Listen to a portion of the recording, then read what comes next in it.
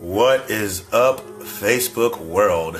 It's 4th and 20 Sports here, back again with another teaser video.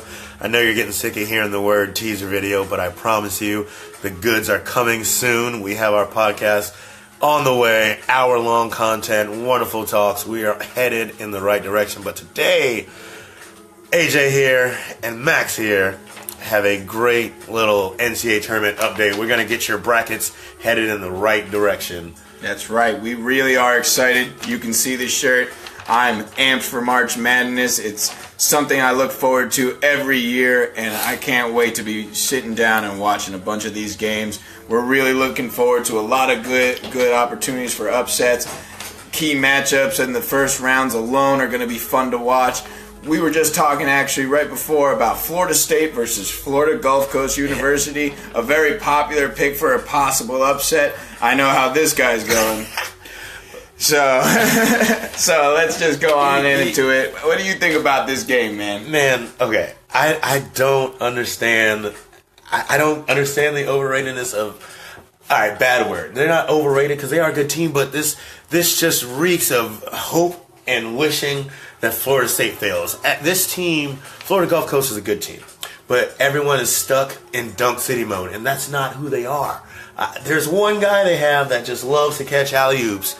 Other than that, they like to get into the paint and they like to do layups, but they're not the ones that are running down the court and dunking on everybody like they used to do. They've slowed their pace down a lot. They average possession 18 to 20 seconds per game, which could be their strength, but it could also be their weakness against a Florida State team that can play a pretty decent zone defense. If you have Ojo and Kumaji and Jonathan Isaac being able to rotate because they can't find their openings and get into the hole, I think that speaks levels to Florida State, and I think they're going to be able to handle them on the defensive side, and offense is just going to come easy. And I get it, and maybe this is just fake news by me, but I'm really confident that Florida Gulf Coast, they're not the same team that made the Sweet 16, but that doesn't mean that they're not a team that knows the tournament. They're really experienced in it. I'm looking at a Florida State team that doesn't know anything about it. Leonard Hamilton, coached there once? Leonard Hamilton really doesn't wow me as a coach, and I've always been a guy about the coaching in the NCAA tournament.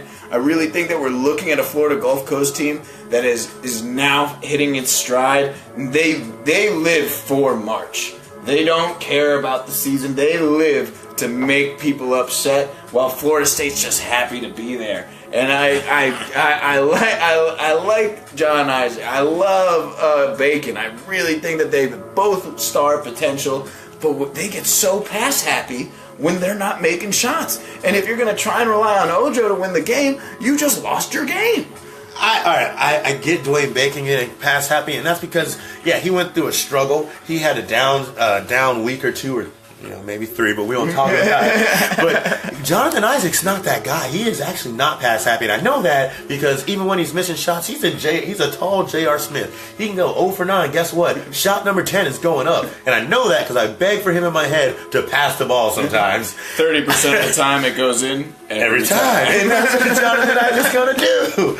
I think Jonathan Isaac, Dwayne Bacon are just focal points around some really great pieces. Terrence Mann is underrated. And part of the reason of that being is because he is almost like a pure point who's just too big. Obviously, he goes to the next level, he's playing shooting guard, but he's 6'6", and he knows how to handle the ball and move the ball around. And once you key on him moving around, he's slashing to the goal. Not to mention XRM, who just knows what's going on. These guys are going to be killing a pick-and-roll game against a defense that doesn't know how or when to decide to switch or if they should switch. And I think that's going to be a huge key in the reason that Florida State is going to take this game away.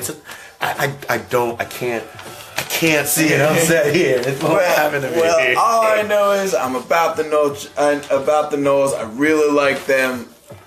Don't see them winning the game. I got it. The energy from Florida Gulf Coast. The fact is, this is so neutral. You have both sides of the right there, fans right there. Yeah. Like, it's going to be a longer drive, it feels like, for Tallahassee to get down there. And I know they're excited. They travel well for football. They maybe will travel well for basketball. Who knows? But what I got right now is the energy of Florida Gulf Coast taking them to a 77-70 victory. Unpopular opinion, I know. I think it's going to be a little bit higher scoring than that. These are two teams that, yes, I said their pace those down, but these two teams are still very, very dependent on their offensive transition game, and which means it's probably going to be a little bit higher scoring. I have it something like 86-79 Florida State, and you can't tell me otherwise. I'm just then saying. I won't tell you any more about that because we'll just have to wait and see tomorrow. There was another game you were pretty high on. It was Michigan and Oklahoma State.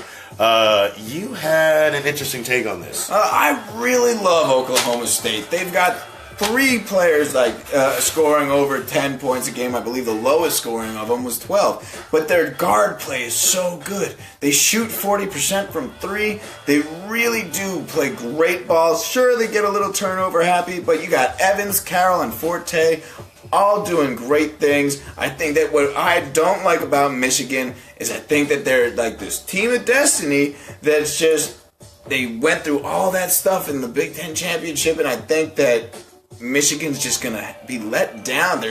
They're not going to be able to keep running on those fumes. I think they're just going to eventually teeter off. And that's been a very popular thought process against this Michigan team.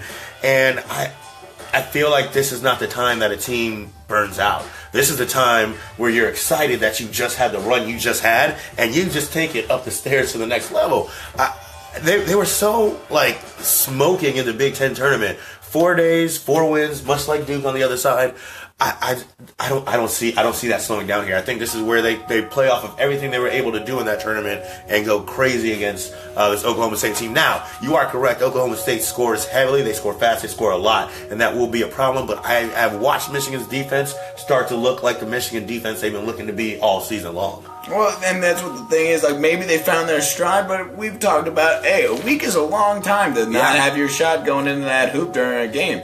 It's one thing to be practicing and not getting anyone around, but my thing about Michigan is I just think they might have iced themselves. Well, Oklahoma State, they're just great basketball. They pass well. I know that they get about 13 turnovers a game. I think they can limit that against Michigan, and I think they can force more because I really think that they're able to do so much with their guard play. And we know the NCAA tournament, hell, it made Mario Chalmers a star.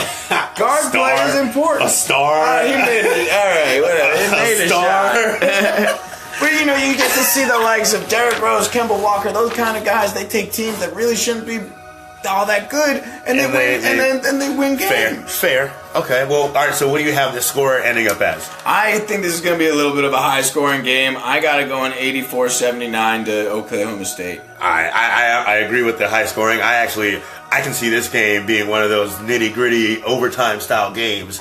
If that type of thing happens, I think you see something like 88-85, something like that. Maybe Michigan gets that last shot and they hold off on the OK State's chance of getting the ball and putting a shot in. Yeah, I wouldn't trust letting Oklahoma State get that last shot. That's fine, because I will trust that defense to stop it. Okay. That's where it's at.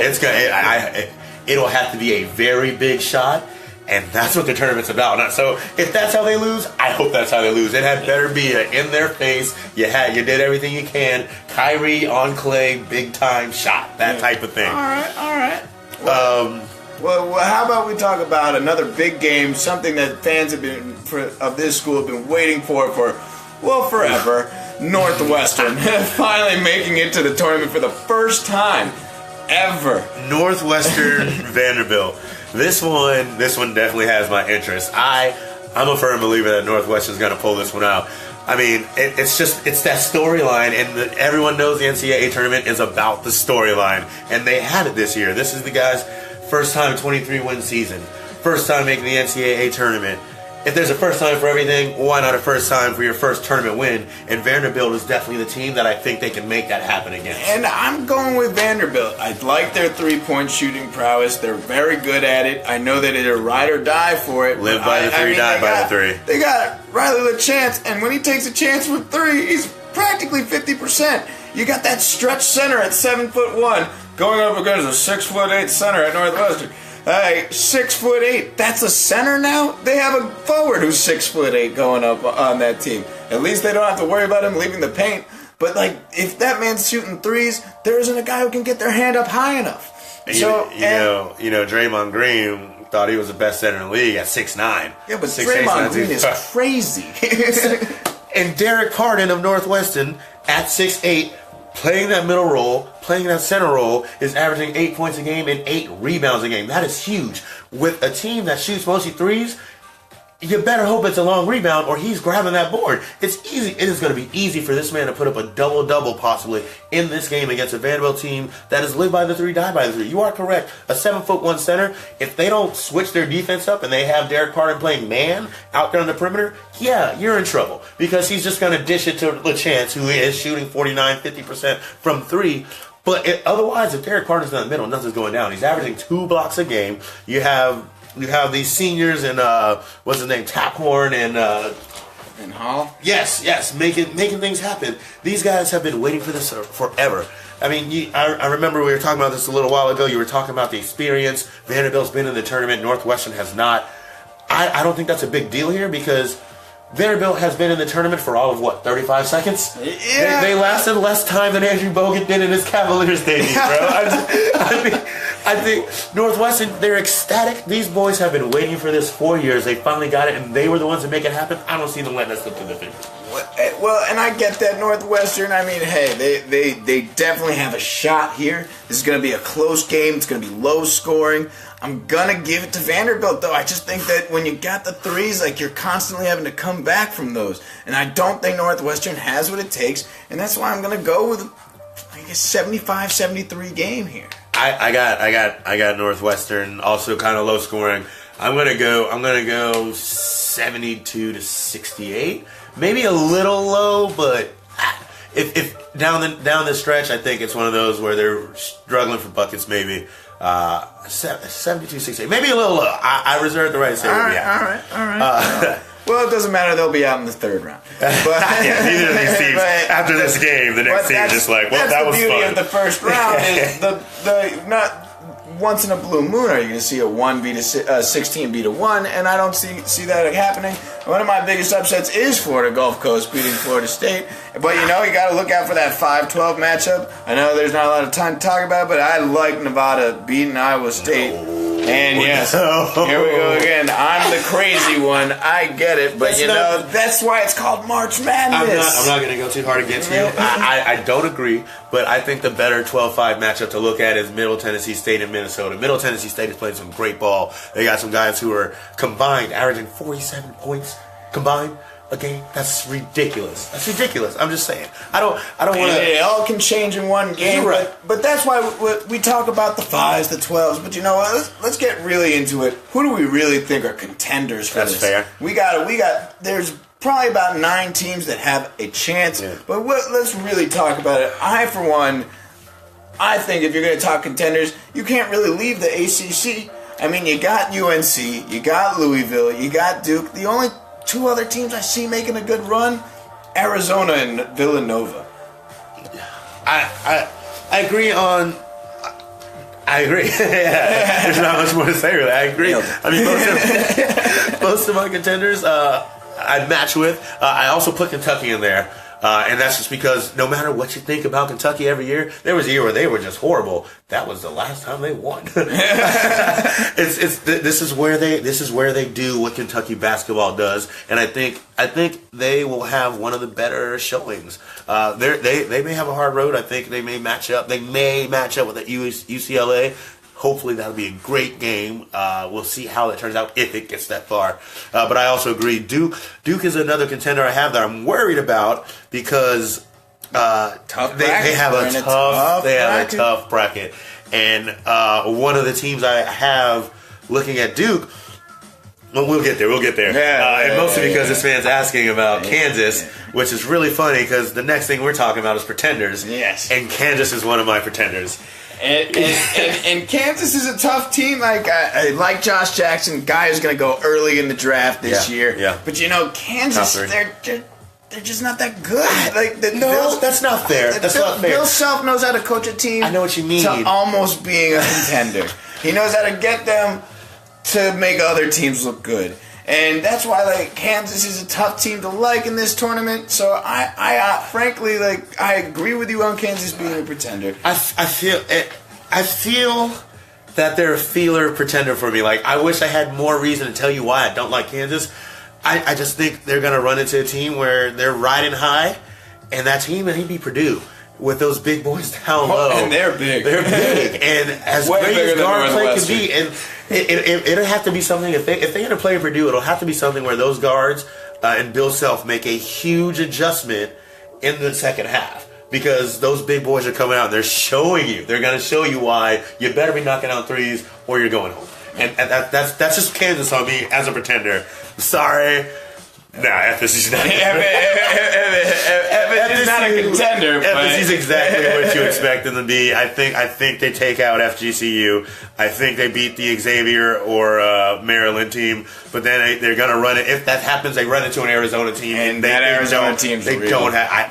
Please prove me wrong. Yeah. Please have enough. Run all the way to the championship. All day long, but I don't see them beating Arizona as of this moment. Show me you're playing better in the tournament. Absolutely, I agree. Let's do it. I'm with you all the way. Who do you have as some of your pretenders, Max? Some of my pretenders, unpopular pick again. I got Kentucky as a pretender. I just don't see it. I know. I just told you. John Calipari, and what I gotta tell you is, yeah, they're bad. Now, they're not bad. Monk is great. Going to go into the draft. Of course. But, this just isn't a Kentucky team that we're used to. They've had so many struggles. I get that they're not ready to, take that leap. They have more veterans on this team than they've ever had in the tournament, and good for them finally keeping a player there for more than a year. But guess what that means? Not that great. That's why I have Wichita State beating them. They don't even get to see UCLA. They're out by Wichita State.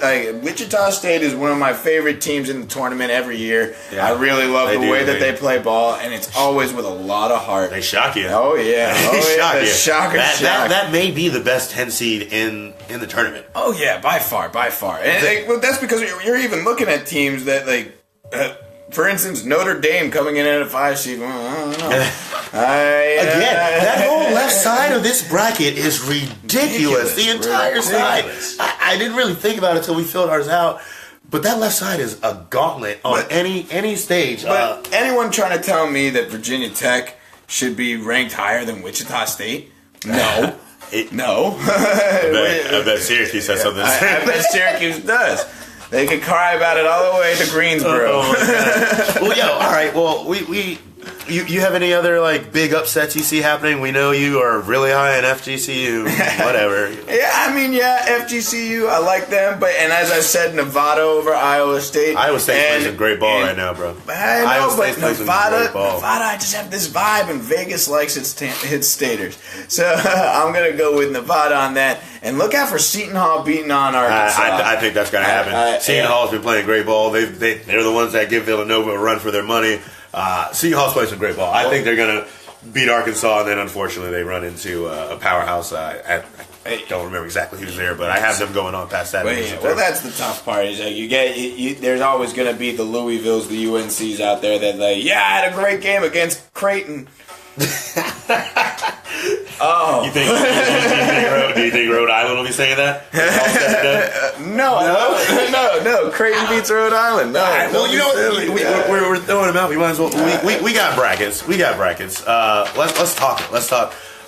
Give me a few you like in your first round. We'll discuss slightly, and then we'll ride on and get into the deeper rounds. Well, I like seeing. Let's go. Well, let's go top right Midwest bracket first. All right. Well, Michigan State, I got them beating Miami. I think that's just the team. The coaching of that team will give them almost. I don't want to say a Syracuse-like run last year, but you never count out their coach, man. That guy knows how to play this tournament. He knows how to space people out, and he knows how to properly put in minutes. And I really think that Michigan State has a great chance. We already talked. I think Butler's a good pick. I think Butler knows what they're doing. West Virginia, look out. West Virginia could give Gonzaga a lot of trouble when they come to play. I see that coming as well. I do think.